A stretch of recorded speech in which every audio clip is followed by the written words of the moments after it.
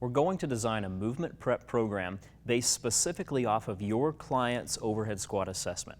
So here, from a lateral view, we're looking at the anterior pelvic tilt. So as we squat, the client should be able to hold their hips in a neutral position. So initially, we'll look at aligning them up at their 5 kinetic chain checkpoints. So the feet are going to be straight, knees are in proper alignment, and we'll get her in a neutral position here with her hips. So take and put your hands here on your hips, and what I want you to do is arch your back as far as you can, and then round as far as you can, and now go somewhere in the middle. Now that is Claire's neutral position of the spine. We want to be sure she maintains that throughout this squat. So now let's reach both hands overhead, all the way overhead. There we go. Now we're going to perform 3 to 5 squats down to the height of about a normal chair. So as soon as you're ready, go ahead and lower into the squat. And what we immediately see, go ahead and come back up. So we'll just keep a continuous motion here. We immediately see she's not able to maintain that neutral position. Go ahead and relax. So we'll move right into our program. For the anterior pelvic tilt, we know we need to begin by foam rolling the quads, and then we'll move on to the piriformis. So we'll grab our foam roller. Let's come down into a prone position. We'll position this, we'll position it here. Now go ahead and lay across, so elbows are going to be on the ground. We'll position the leg in the center of the foam roller with the foam roller right there at the top of the leg.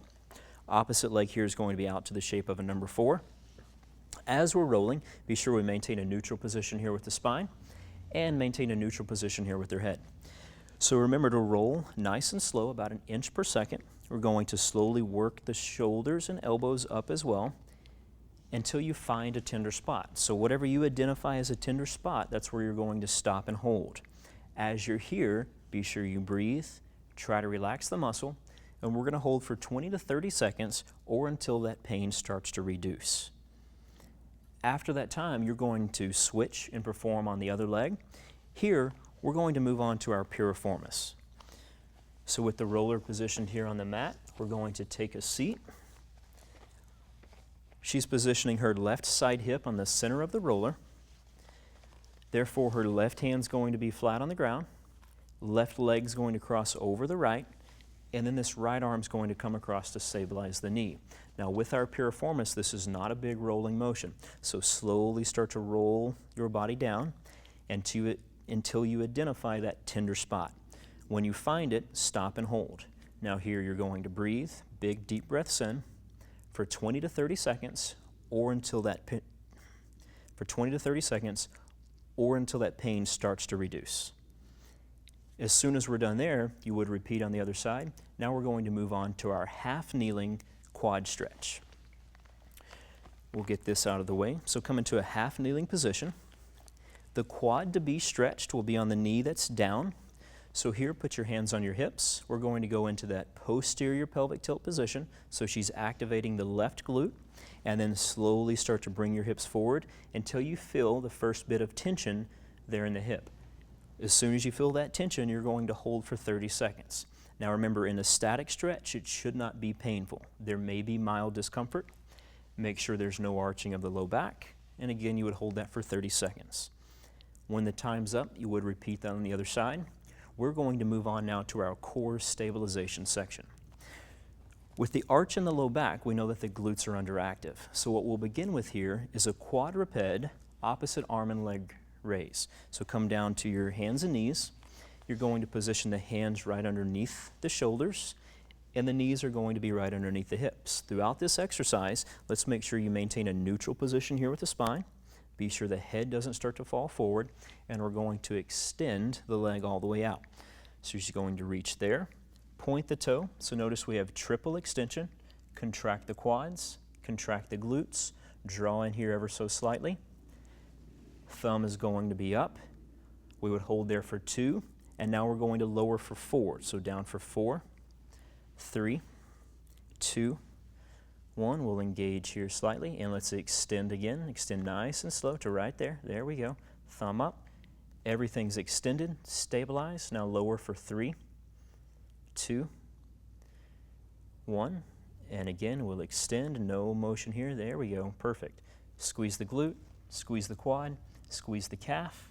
Thumbs up and lower down for 4, 3, 2, 1. Now you would repeat that from 12 to 20 times. Now we're going to go ahead and progress on, and we're going to move into our prone plank.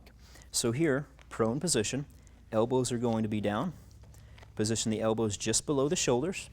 5 kinetic chain checkpoints, so feet, knees, in alignment. Here, contract the quadriceps, squeeze the glutes. You have to be sure you engage those core muscles. Draw in here, and notice this position here with her shoulders, nice protracted position. That's great for shoulder girdle stability. And notice the neutral position here with her head. We would hold that for 20 to 30 seconds, and then we would go ahead and move on. Next in our template is moving on to the balance, so we'll go ahead and stand. In our balance stabilization, our focus is on that stance leg. We're going to ask Claire to put her hands on her hips. 5 kinetic chain checkpoints, so the feet are nice and straight. The knees are in alignment, neutral position with the hips. She's going to shift her weight to that left leg. She'll be nice and stable there. Now what we're going to do is shift her center of gravity by having her reach out with this right leg. As soon as she does that, that's going to load up that left side glute. Now bring the leg back in, nice and stable. Reach out again. So remember, our focus here is on the stance leg. This leg here is just slowly moving out, and bring it back in. There we go. Let's do one more. Reach out. And if you lose your balance, feel free to tap the toe. Last one here. Bring it back in. Perfect. You would repeat 8 to 10 reps on each side.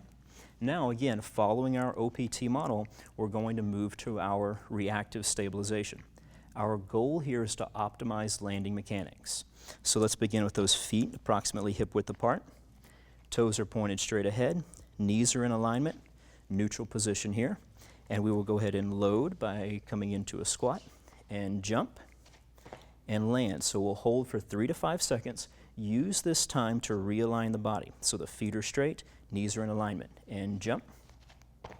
Good. Hold for 3, 2, 1, and jump. Each time you land, you're going to fix the feet, fix the knees. We'll do one more and jump.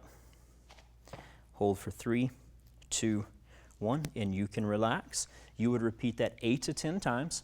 After you complete that reactive stabilization, you can go back through all that again for 1 to 3 times total, or you can go ahead and move right on to your resistance training.